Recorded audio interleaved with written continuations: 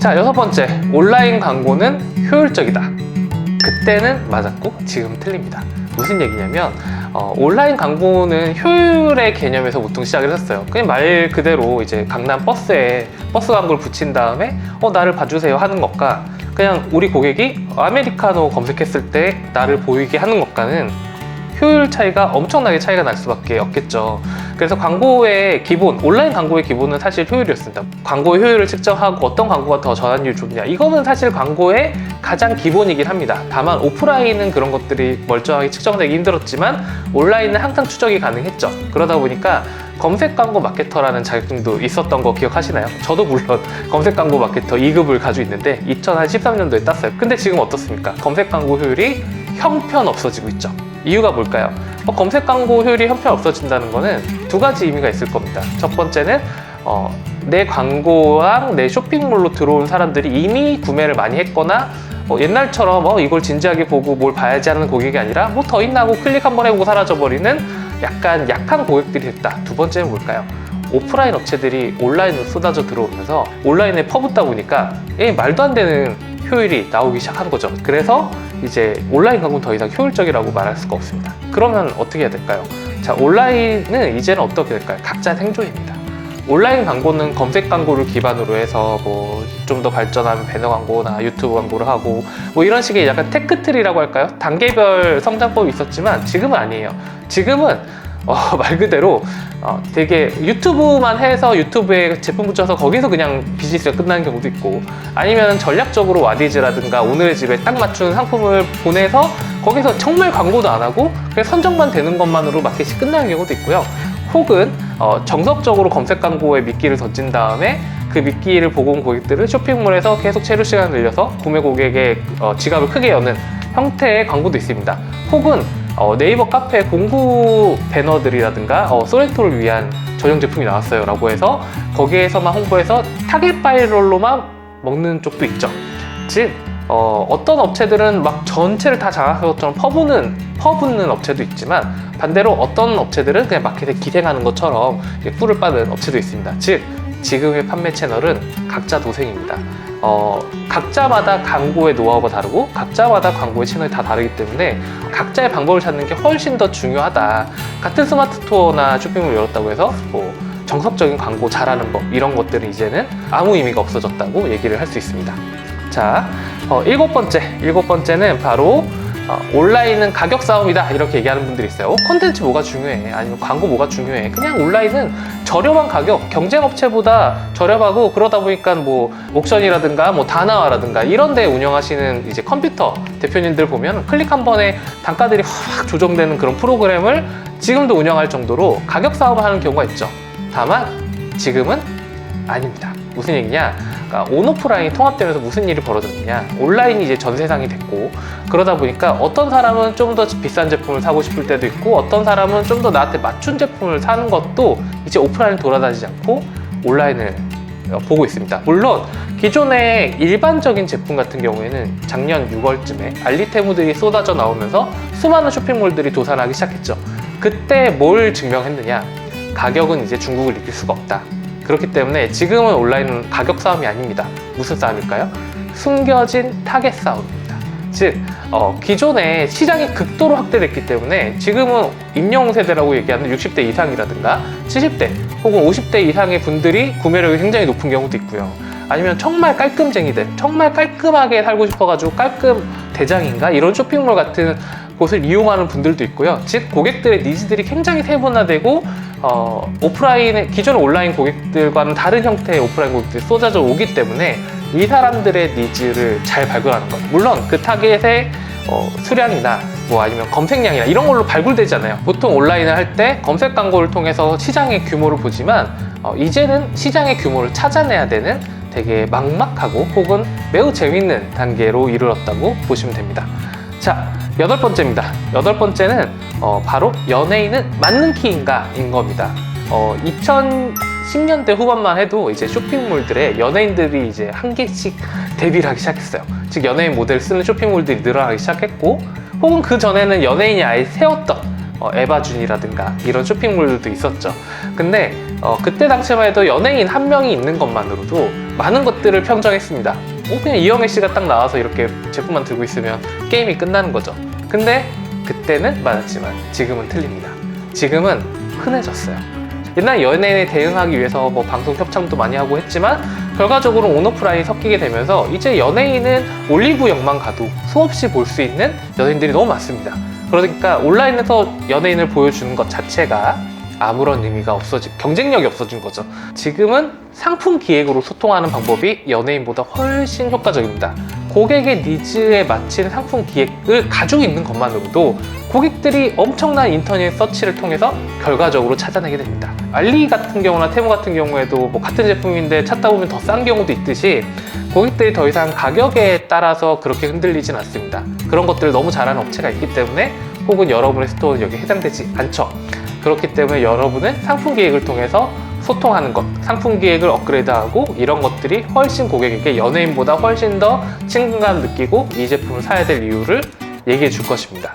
9번째는 오프라인은 이제 무의미하다. 지금도 뭔가 창업하려고 그러면 온라인 빼고는 답이 없어. 근데 온라인 요즘 너무 답이 없는 것 같은데 하고 망설이는 분들도 많을 겁니다. 오프라인은 이제 비효율적인 상징이었죠. 월세 뭐 100만 원 혹은 뭐 400만 원. 저는 강남 매장 2천만 원씩 내시던 분도 만나보긴 했는데 2천만 원 관리비와 500만 원, 600만 원 내면서 고객들이 들어와서 사지도 않고 보기만 하고 사라져.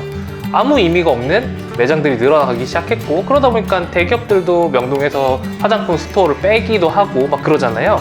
혹은 아무 의미 없이 그냥 그래 우리는 매장은 있어야지 라고 하고 그냥 전시용으로 놔두는 경우도 많죠. 그런데 오프라인 매장이 많은 업체들이 성장을 했느냐? 그 몇 년간 보면 전혀 성장하지 않았습니다.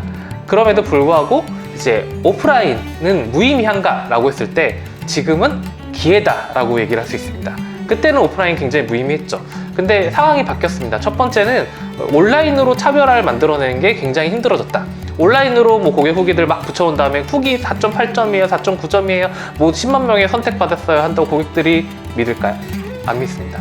고객들을 오히려 현직에 있거나 현장에 있었던 고객의 반응, 반지를 열었을 때 와우 하고 있는 그런 반응이라든가 제품을 직접 피팅해보고 감탄사가 절로 나온다든가 아이들에게 요리를 했는데 이렇게 쉽게 요리를 하고 애들이 너무 행복하게 먹는 모습이라든가 이런 모습들에 의해서 고객들이 구매를 결정하는 단계로 많이 넘어갔습니다. 그리고 그런 컨텐츠들이 많으면 많을수록 고객들이 이 브랜드를 더 신뢰를 하겠죠.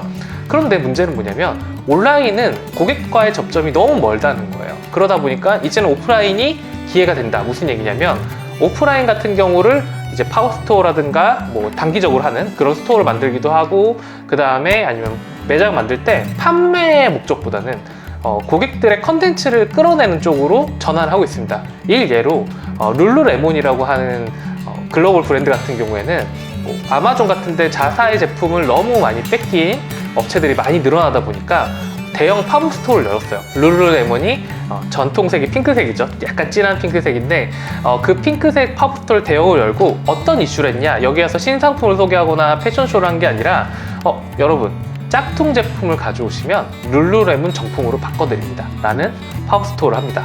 이거 엄청난 손해 아닌가요? 근데 이걸 왜 했을까요? 이걸 했던 이유는 자사들이 봤을 때 룰루레몬 짝퉁을 사는 사람들은 룰루레몬 정품을 써본 적이 없다는 사람들이 거의 50% 가까이 됐다고 하네요. 그러니까 진짜 룰루레몬을 체험할 수 있는 기회를 주는 것과 동시에 저는 진짜 좀 다르겠지, 움직임이 다르겠지, 요가복이니까 반대로 얘기하면 룰루레몬이 이렇게 한다는 것을 온라인에 홍보하고 사람들의 주목을 받기 위해서인 거예요.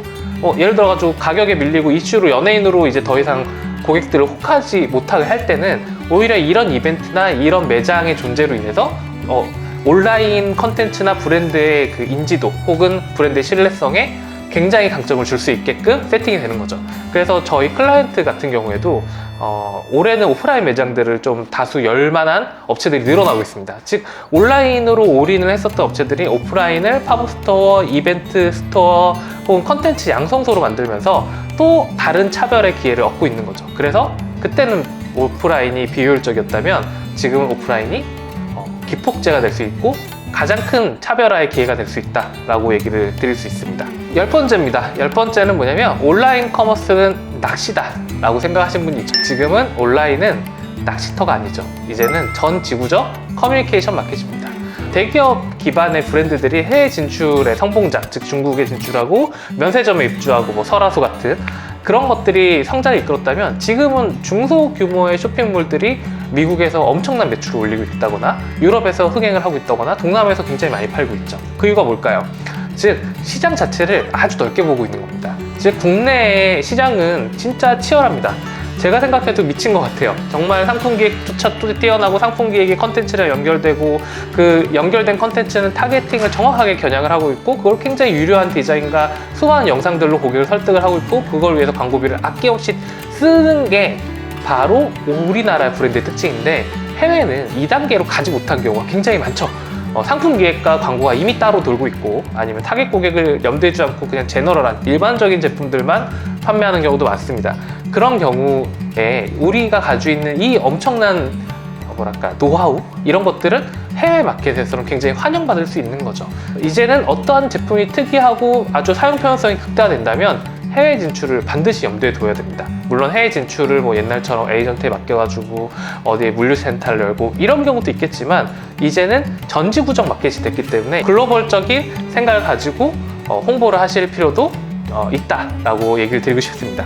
자, 이제 11번째 마지막 주제입니다. 자, 옛날에 제품 전문가, 마케팅 전문가, 그 다음에 CS 전문가는 다 달랐다라고 얘기합니다. 옛날에 마케팅 전문가라는 단어가 있었어요. 그러니까 마케팅 전문가라고 얘기하면 광고, 검색 광고 효율을 얼마큼 잘 끌어냈다든가 어떤 제품을 잘 팔아봤다든가 PR을 어떻게 잘 해보는 기업 홍보 전문가라든가 이런 얘기가 있었지만 지금 제가 어떤 마케터들에게 어떤 전문가입니까? 얘기한다면 저는 뭐 전문가예요 라고 얘기는 할 수 있겠죠. 잘 팔렸습니까? 라고 한다면 그분들은 벙어리가 될 가능성이 굉장히 높습니다.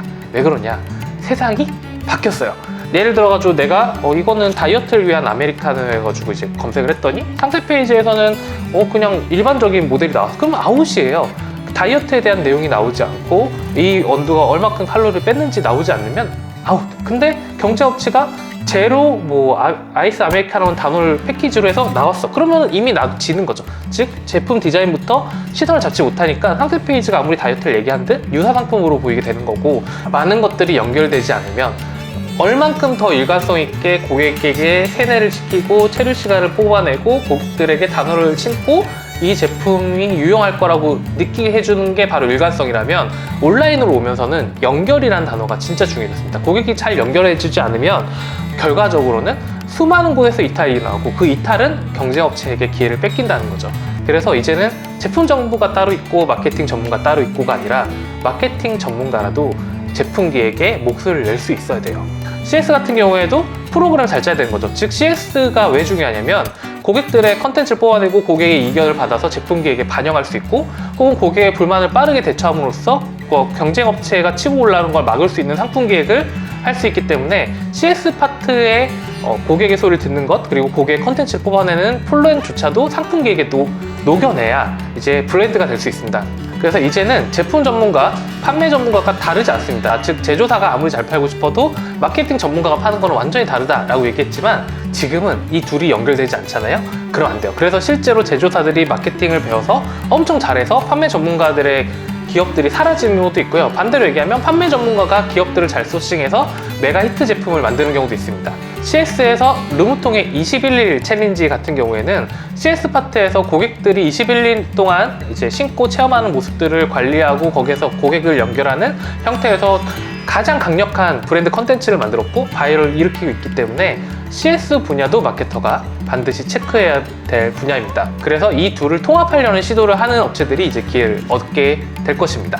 2025년 마케팅 정신 지침서고요. 이 얘기는 제가 2018년부터 시작했던 네이버 비즈니스 스쿨에 강의했던 것들이 완전히 180도 바뀐 부분들이 많아졌습니다. 저희 채널을 구독하시거나 저희 내용을 많이 알고 있는 분들이라면 오히려 정말 완전히 달라졌구나라는 걸 아실 수 있고요. 혹은 온라인에 처음 입문을 하시거나 온라인 마케팅을 제대로 하고자 하는 분들에게는 옛날 책들, 옛날 강의들 그런 것들과는 현실이 달라졌다는 것을 알려주고 싶어서 이런 2025년 마케팅 정신 지침서 그때는 맞고 지금 틀리다 마무리하도록 하겠습니다.